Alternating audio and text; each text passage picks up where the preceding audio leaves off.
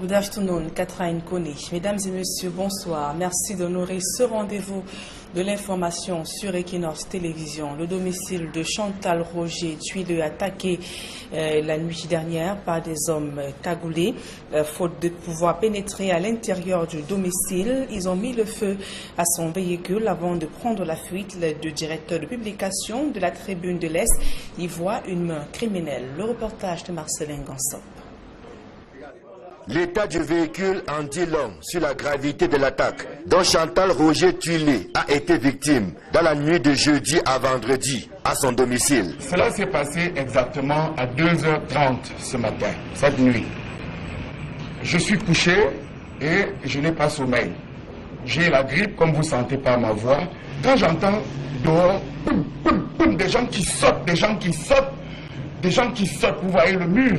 Ils sautent de là. Je viens et les chiens aboient parce que la nuit on a coutume de détacher les chiens. Et les chiens qui aboient, qui courent dans tous les sens, Je vois une grande flamme.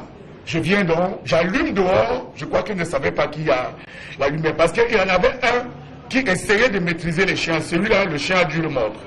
Il y avait un dehors. J'ai entendu demander aux autres, dépêchez-vous. Il y en a un qui essayait de forcer la porte d'entrée, vous avez vu tout à l'heure, qui essayait de forcer la grande porte d'entrée, d'où les poum poum poum poum que j'ai entendu dehors. Quand j'allume, il a replié, il est monté, et celui qui essayait de casser la voiture, de mettre le feu à la voiture, et au compteur électrique, lui, comme il ne réussissait pas à mettre dans le capot, il a donc cassé la vitre, il a mis le feu. D'où la grande flamme qui est sortie. Comme j'ai commencé à crier, appeler au secours, ma femme, tous les enfants se sont réveillés. On a commencé à crier, Le directeur de la publication de la Tribune de l'Est ne passe pas par 4 chemins pour parler d'une tentative d'assassinat et que c'est bien sa personne qui était visée par cette expédition punitive. Parce que l'échelle par laquelle ils sont montés, il y a un deuxième échelle derrière là-bas. C'est-à-dire que c'est une opération montée par au moins 5 personnes. Il y a celui que le chien agressait, qui devait être armé, parce qu'il a sorti quelque chose, et l'autre a dit pas encore. Il a remis quelque chose qui était un pistolet ou un fusil. C'était long, ça ne ressemblait pas vraiment, ou c'était un pistolet prolongé de quelque chose. Ils avaient des bottes, les bottes des hommes en tenue, des bottes là, des chaussures en toile des hommes en tenue. Ils avaient des cagoules, et ils avaient des sortes d'habits de mécaniciens, et ils ont sauté. Le dernier a sauté, a dit, dernier avertissement. Il est monté, il est parti. J'ai entendu la voiture a démarré, boum. Chantal Roger Tuileux, qui revient de loin, dit désormais craindre pour sa vie, ainsi que celle des membres de sa famille, qui ne sont pas prêts d'oublier cette nuit fatidique. Voici le reste de l'essence qu'ils ont amené, qui est tombé des mains du deuxième, qui a essayé de forcer la porte. Parce que je crois qu'il fallait brûler également à l'intérieur de la maison. Et dans l'extrait qui va suivre, Chantal Roger Tuileux, après l'attaque, évoque des procès en instance dont le premier s'ouvre ce lundi. Elle pense que ses bourreaux venaient justement pour les documents qu'il détient en sa possession. Nous écoutons Chantal Roger Tuileux. Je sais que nous allons au tribunal lundi, que nous avons tous les documents, que j'ai dit au monde entier que ma vie était en danger, que voilà ce qu'il en court de soutenir les autorités. J'ai pris sur moi de dénoncer des vols à ciel ouvert. Je ne sais pas pourquoi les autorités du Cameroun peuvent me laisser sans protection, peuvent laisser qu'on tue mes enfants, qu'on m'agresse en pleine nuit, qu'on peut me laisser qu'on me porte 5 plaintes, parce que j'ai 5 plaintes au tribunal. La première doit passer lundi. Comme nous avons des documents accablants, il faut que ces gens sachent qu'on ne peut pas garder les documents dans un domicile, que les documents se trouvent chez mes avocats, que les documents sont déjà chez le médecin du chef de l'État, que les documents sont déjà chez Ngongo Ferdinand, et que ces documents ont été déposés chez M. Laurent Esso, en personne, vendredi, dans son cabinet. Que parallèlement, ces documents sont déjà également chez M. Efoudou Després, des services de renseignement du centre. Ce n'est pas la peine de venir tuer Tuileux. De toute façon, la justice poursuivra son cours. Rappelez-vous de Koum Koum qui est mort. Rappelez-vous de Bibi Ngota. Rappelez-vous de tous les autres. Eh bien, à cette liste, vous auriez ajouté Tuileux ce matin. Et l'insécurité prend de l'ampleur dans la ville de Tchang, département de la Menoie, région de l'Ouest Cameroun. Les populations ont perdu le sommeil à cause des multiples cas de braquage, vol à main armée ainsi que viol. Et même l'interpellation d'un gang de 3 présumés malfrats n'a pas suffi à calmer les ardeurs de ces populations. Le reportage de Leclerc Sakem. Il ne se passe plus une nuit dans la ville de Tchang sans qu'on ne signale un cas de vol, d'où le cri de détresse des populations à l'endroit des forces de l'ordre. Tellement emmerdant ici à Tchang. Là, juste là à côté, on a pris la moto d'un ami qui travaillait ici dans une entreprise. Il quittait de vigile à moto taximène. Il pensait qu'il a émergé aujourd'hui, il est en train de se battre pour entrer vigile. Il faut vraiment que la police prenne cette affaire d'insécurité au sérieux et que si on peut faire des patrouilles de nuit, ça peut un peu changer quelque chose. Ceci n'est pas tombé dans les oreilles des sourds, puisqu'une patrouille mixte pilotée par le commissaire Akam Patrick vient de mettre hors d'état de nuit un gang de 3 malfrats. Au cours de l'enquête, cette piste nous a permis de démanteler ces gangs de malfrats et les mettre hors d'état de nuit. Le premier, c'était Joker Beten, alias Tredou, qui est donc chef de gang. Et il est aussi détenu à la prison principale de Tchang. Le deuxième est Kana Joseph, reprise de justice, domicilié entre Douala et Koumba. Détenteur d'un paix automatique de marque Ritter, Baron Ashka, un chargeur muni d'une munition et 3 études. Le troisième, c'est Toufou Tiomoko Rudolph, alias Toufo Mohamed, aussi détenu à la prison principale de Tchad. Selon une source policière, ces braqueurs sont bien organisés et vivent dans les villes différentes. Le chef de gang, un certain Tegoudjeu, alias Tredou, est censé être à la prison de Tchong, mais il se trouve être agent de sécurité à la résidence de l'ancien régisseur de la prison de Tchong, limogé il y a quelques semaines seulement. Ces personnes, une fois traquées, clament toujours leur innocence. On s'est connu à Bafoussam, ça fait aujourd'hui 5 ans. Oui. Et moi j'ai refusé de ne plus voler. Ça fait aujourd'hui 5 ans. J'ai refusé de ne plus voler. Ça ne fait pas quelques temps que je suis dehors. Oui. Et je suis surpris. J'ai trouvé ce monsieur à Bafoussam, il a demandé comme d'habitude de me lancer comme d'habitude. Oui. Il m'a sorti 5 téléphones, demandé qu'il fasse le choix. Il a fait le choix, il m'a dit qu'il donne ce que je peux donner. Il a donné 20 000 francs. Il a dit c'est petit. J'ai vendu 3 000, il m'a laissé partir avec les téléphones. Je ne savais pas que ce téléphone a été braqué à Tchang. Vivement que ces patrouilles mixtes se multiplient pour tordre le cou au grand banditisme dans la cité climatique.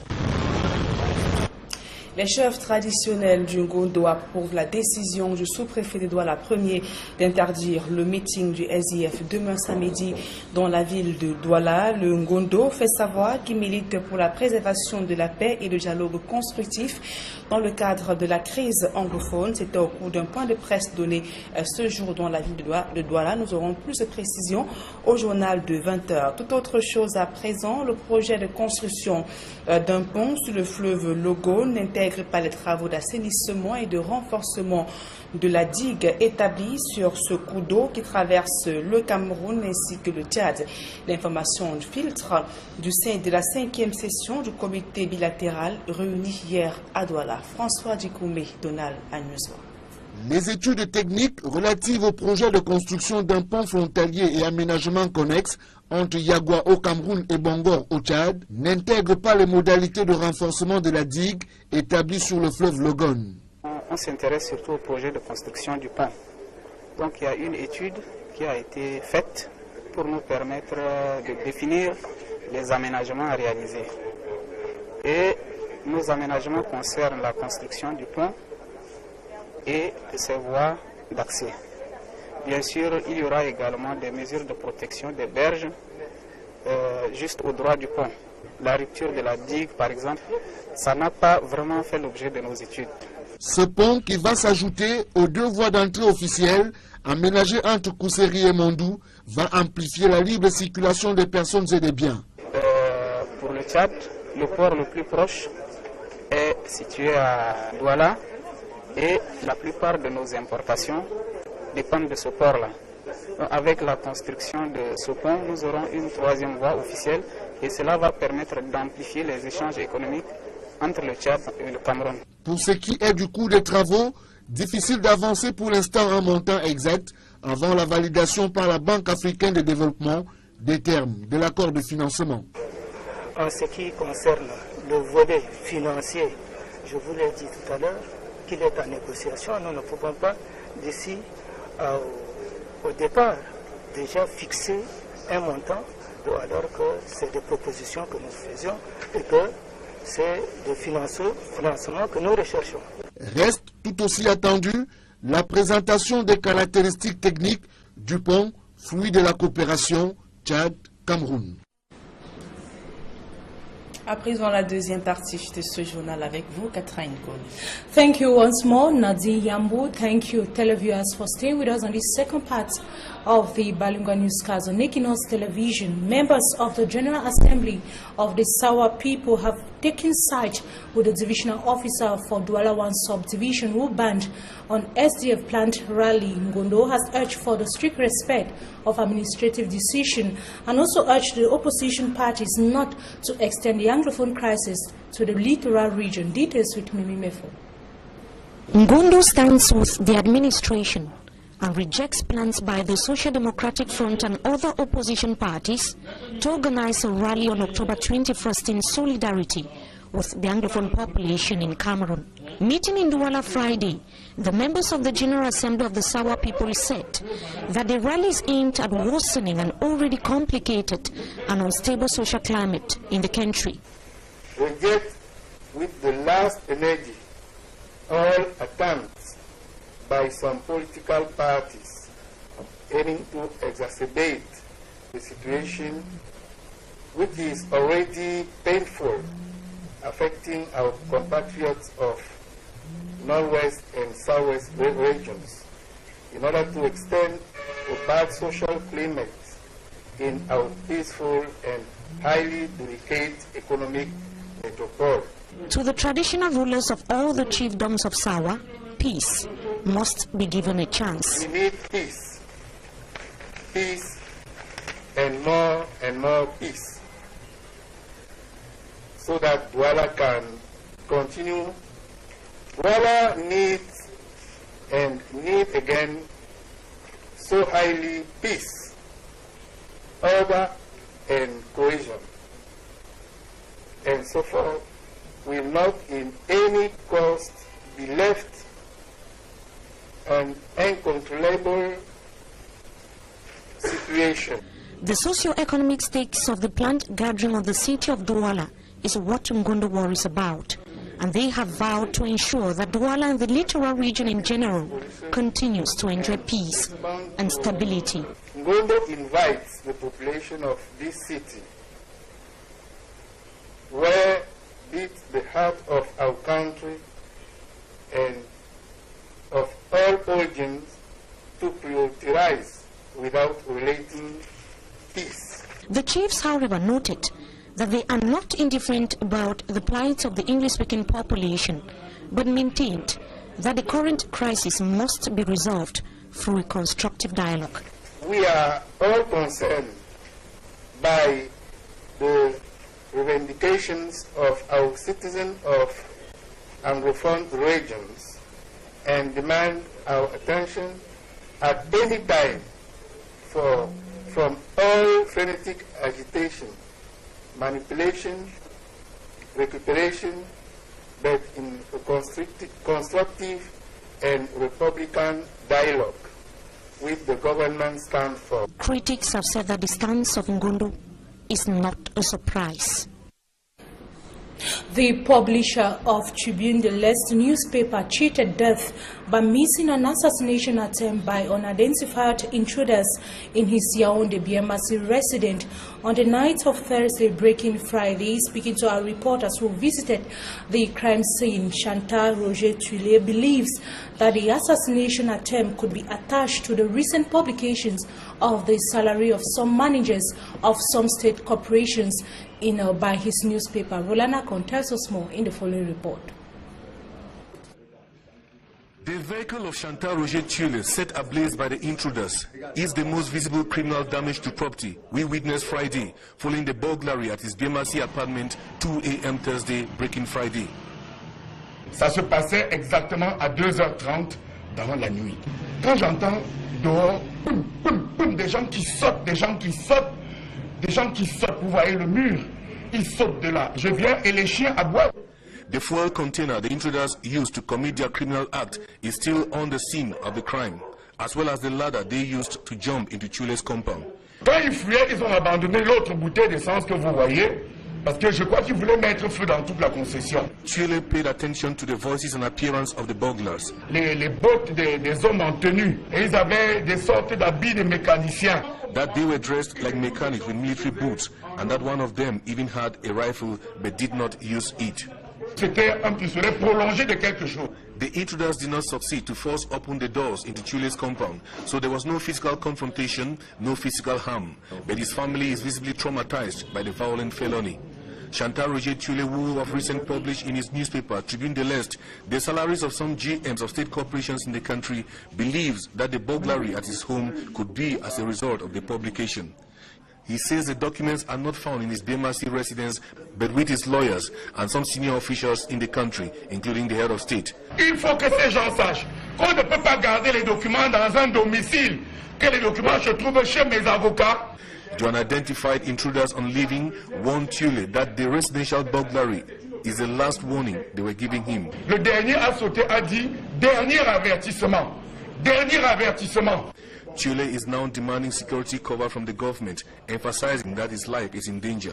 J'ai pris sur moi de dénoncer des vols à ciel ouvert. Je ne sais pas pourquoi les autorités du Cameroun peuvent me laisser sans protection. Security forces visited the scene of the crime and have opened investigations on the matter. C'est-à-dire que ces 5 personnes ont effectivement reçu de l'argent.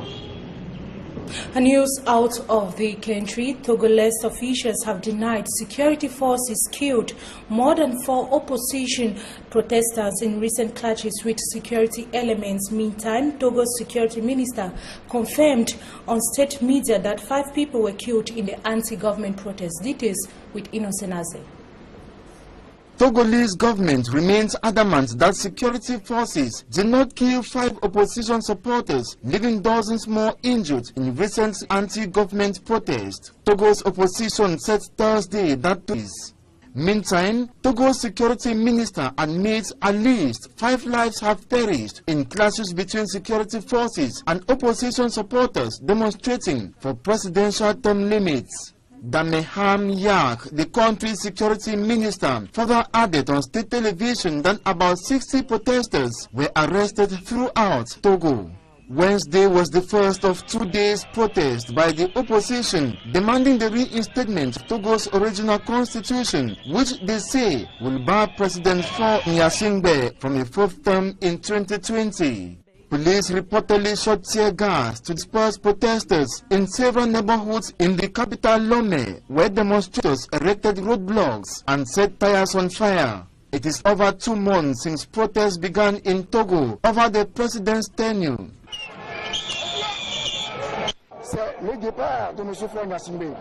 President Gnassingbé, whose resignation is strongly demanded by opposition supporters, has been in power since 2005, succeeding his father, Gnassingbé Eyadema. That is it for today's edition on the Balingo Newscast on Equinos Television. Thanks for staying with us. See you tomorrow, Nadine Yambou. Exactement, Catherine Kone. Fin de ce journal, mesdames et messieurs. Merci pour votre aimable attention et bon début de week-end à tous et à toutes. Venez-vous de tous les autres, eh bien à cette liste, vous auriez ajouté Thule ce matin. Et l'insécurité prend de l'ampleur dans la ville de Tchang, département de la Menoie, région de l'Ouest Cameroun. Les populations ont perdu le sommeil à cause des multiples cas de braquage, vol à main armée ainsi que viol. Et même l'interpellation d'un gang de 3 présumés malfrats n'a pas suffi à calmer les ardeurs de ces populations. Le reportage de Leclerc Sakem. Il ne se passe plus une nuit dans la ville de Tchang sans qu'on ne signale un cas de vol, d'où le cri de détresse des populations à l'endroit des forces de l'ordre. Tellement emmerdant ici à Tchang. Là, juste là à côté, on a pris la moto d'un ami qui travaillait ici dans une entreprise, qui était de vigile à moto-taximène. Il pensait qu'il a émergé aujourd'hui, il est en train de se battre pour entrer vigile. Il faut vraiment que la police prenne cette affaire d'insécurité au sérieux et que si on peut faire des patrouilles de nuit, ça peut un peu changer quelque chose. Ceci n'est pas tombé dans les oreilles des sourds, puisqu'une patrouille mixte pilotée par le commissaire Akam Patrick vient de mettre hors d'état de nuit un gang de 3 malfrats. Au cours de l'enquête, cette piste nous a permis de démanteler ce gang de malfrats et les mettre hors d'état de nuit. Le premier, c'était Joker Beten alias Tredou, qui est donc chef de gang. Et il est aussi détenu à la prison principale de Tchad. Le deuxième est Kana Joseph, reprise de justice, domicilé entre Douala et Koumba. Détenteur d'un PA automatique de marque Vitaire, Baron HK, un chargeur muni de munitions et 3 études. Le troisième, c'est Toufou Thiomoko Rodolphe alias Toufo Mohamed, aussi détenu à la prison principale de Tchad. Selon une source policière, ces braqueurs sont bien organisés et vivent dans les villes différentes. Le chef de gang, un certain Tegodjer alias Tredou, est censé être à la prison de Tchon, mais il se trouve être agent de sécurité à la résidence de l'ancien régisseur de la prison de Tchon, limogé il y a quelques semaines seulement. Ces personnes, une fois traquées, clament toujours leur innocence. Est situé à Douala et la plupart de nos importations dépendent de ce port-là.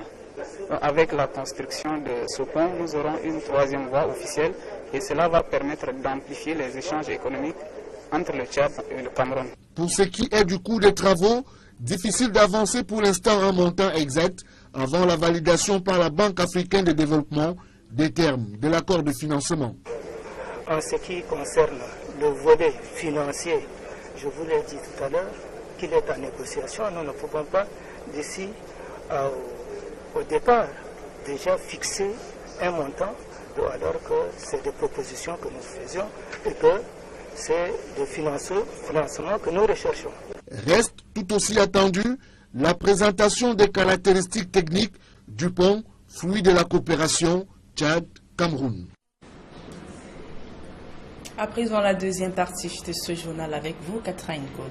Thank you once more, Nadine Yambu. Thank you, televiewers, for staying with us on this second part of the Bilingual Newscast on Equinos Television. Members of the General Assembly of the Sawa people have taken side with the divisional officer for Douala 1 subdivision who banned on SDF plant rally. Ngondo has urged for the strict respect of administrative decision and also urged the opposition parties not to extend the Anglophone crisis to the littoral region. Details with Mimi Mefo.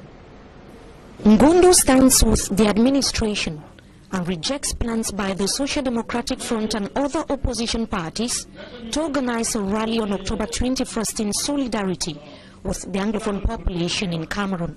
Meeting in Douala Friday, the members of the General Assembly of the Sawa people said that the rally is aimed at worsening an already complicated and unstable social climate in the country. Reject with the last energy all attempts by some political parties aiming to exacerbate the situation, which is already painful, affecting our compatriots of Northwest and Southwest regions. In order to extend... Good afternoon, Catherine Kone. Mesdames et messieurs, bonsoir. Merci d'honorer ce rendez-vous de l'information sur Equinos Télévision. Le domicile de Chantal Roger Tuile attaqué la nuit dernière par des hommes cagoulés. Faute de pouvoir pénétrer à l'intérieur du domicile, ils ont mis le feu à son véhicule avant de prendre la fuite. Le directeur de publication de la Tribune de l'Est y voit une main criminelle. Le reportage de Marcelin Gansop. L'état du véhicule en dit long sur la gravité de l'attaque dont Chantal Roger Tuile a été victime dans la nuit de jeudi à vendredi à son domicile. Cela s'est passé exactement à 2h30 ce matin, cette nuit. Je suis couché et je n'ai pas sommeil. J'ai la grippe, comme vous sentez par ma voix. Quand j'entends dehors, boum, boum, boum, des gens qui sautent, des gens qui sautent, des gens qui sautent, vous voyez le mur. il saute de là. Je viens et les chiens aboient, parce que la nuit on a coutume de détacher les chiens. Et les chiens qui aboient, qui courent dans tous les sens, Je vois une grande flamme. Je viens donc, j'allume dehors, je crois qu'il ne savait pas qui a la lumière, parce qu'il y en avait un qui essayait de maîtriser les chiens. Celui-là, le chien a dû le mordre. Il y avait un dehors, j'ai entendu demander aux autres, dépêchez-vous. Il y en a un qui essayait de forcer la porte d'entrée, vous avez vu tout à l'heure, qui essayait de forcer la grande porte d'entrée, d'où les poum poum poum poum que j'ai entendu dehors. Quand j'allume, il a replié, il est monté, et celui qui essayait de casser la voiture, de mettre le feu à la voiture, et au compteur électrique, lui, comme il ne réussissait pas à mettre dans le capot, il a donc cassé la vitre, il a mis le feu. D'où la grande flamme qui est sortie. Comme j'ai commencé à crier, appeler au secours, ma femme, tous les enfants se sont réveillés, on a commencé à crier. Le directeur de la publication de la Tribune de l'Est ne passe pas par 4 chemins pour parler d'une tentative d'assassinat et que c'est bien sa personne qui était visée par cette expédition punitive. Parce que l'échelle par laquelle ils sont montés, il y a un deuxième échelle derrière là-bas. C'est-à-dire que c'est une opération montée par au moins 5 personnes. Il y a celui que le chien agressait, qui devait être armé, parce qu'il a sorti quelque chose, et l'autre a dit pas encore. Ça fait aujourd'hui 5 ans. Oui. Et moi j'ai refusé de ne plus voler. Ça fait aujourd'hui 5 ans. J'ai refusé de ne plus voler. Ça ne fait pas quelques temps que je suis dehors. Oui. Et je suis surpris. J'ai trouvé ce monsieur à Bafoussam, il m'a demandé comme d'habitude, de me lancer comme d'habitude. Oui. Il m'a sorti 5 téléphones, demandé qu'il fasse le choix. Il fait le choix, il m'a dit qu'il donne ce que je peux donner. Il a donné 20 000 francs. Il a dit c'est petit. J'ai inventé 3 000, il m'a laissé partir avec les téléphones. Je ne savais pas que ce téléphone a été braqué à Tchang. Vivement que ces patrouilles mixtes se multiplient pour tordre le cou au grand banditisme dans la cité climatique. Les chefs traditionnels du Ngondo approuvent la décision du sous-préfet de Douala Ier d'interdire le meeting du SIF demain samedi dans la ville de Douala. Le Ngondo fait savoir qu'il milite pour la préservation de la paix et le dialogue constructif dans le cadre de la crise anglophone. C'était au cours d'un point de presse donné ce jour dans la ville de Douala. Nous aurons plus de précisions au journal de 20h. Toute autre chose à présent, le projet de construction d'un pont sur le fleuve Logone n'intègre pas les travaux d'assainissement et de renforcement de la digue établie sur ce cours d'eau qui traverse le Cameroun ainsi que le Tchad. L'information filtre de la 5e session du comité bilatéral réuni hier à Douala. François Dikoumé, Donald Agnuswa. Les études techniques relatives au projet de construction d'un pont frontalier et aménagement connexe entre Yagua au Cameroun et Bongor au Tchad n'intègrent pas les modalités de renforcement de la digue établie sur le fleuve Logone. On s'intéresse surtout au projet de construction du pont. Donc il y a une étude qui a été faite pour nous permettre de définir les aménagements à réaliser. Et nos aménagements concernent la construction du pont et ses voies d'accès. Bien sûr, il y aura également des mesures de protection des berges juste au droit du pont. La rupture de la digue, par exemple, ça n'a pas vraiment fait l'objet de nos études. Ce pont, qui va s'ajouter aux 2 voies d'entrée officielles aménagées entre Kousséri et Mondou, va amplifier la libre circulation des personnes et des biens. Pour le Tchad, le port le plus proche, Mais quelque chose qui était un pistolet ou un fusil. C'était long. Ça ne ressemblait pas vraiment. Ou c'était un pistolet prolongé de quelque chose. Ils avaient des bottes, les bottes des hommes en tenue. Des bottes là, des chaussures en toile des hommes en tenue. Ils avaient des cagoules. Et ils avaient des sortes d'habits de mécaniciens. Des sortes d'habits de mécaniciens. Et ils ont sauté. Le dernier a sauté, a dit, dernier avertissement. Dernier avertissement. Il est monté, il est parti. J'ai entendu la voiture a démarré, boum. Chantal Roger Tuilé, qui revient de loin, dit désormais craindre pour sa vie, ainsi que celle des membres de sa famille, qui ne sont pas prêts d'oublier cette nuit fatidique. Voici le reste de l'essence qu'ils ont amené, qui est tombé des mains du deuxième, qui a essayé de forcer la porte. Parce que je crois qu'il fallait brûler également à l'intérieur de la maison. Et dans l'extrait qui va suivre, Chantal Roger Tuileux, après l'attaque, évoque des procès en instance dont le premier s'ouvre ce lundi. Elle pense que ces bourreaux venaient justement pour les documents qu'il détient en sa possession. Nous écoutons Chantal Roger Tuileux. Je sais que nous allons au tribunal lundi, que nous avons tous les documents, que j'ai dit au monde entier que ma vie était en danger, que voilà ce qu'il encourt de soutenir les autorités. J'ai pris sur moi de dénoncer des vols à ciel ouvert. Je ne sais pas pourquoi les autorités du Cameroun peuvent me laisser sans protection, peuvent laisser qu'on tue mes enfants, qu'on m'agresse en pleine nuit, qu'on peut laisser qu'on me porte 5 plaintes, parce que j'ai 5 plaintes au tribunal. La première doit passer lundi.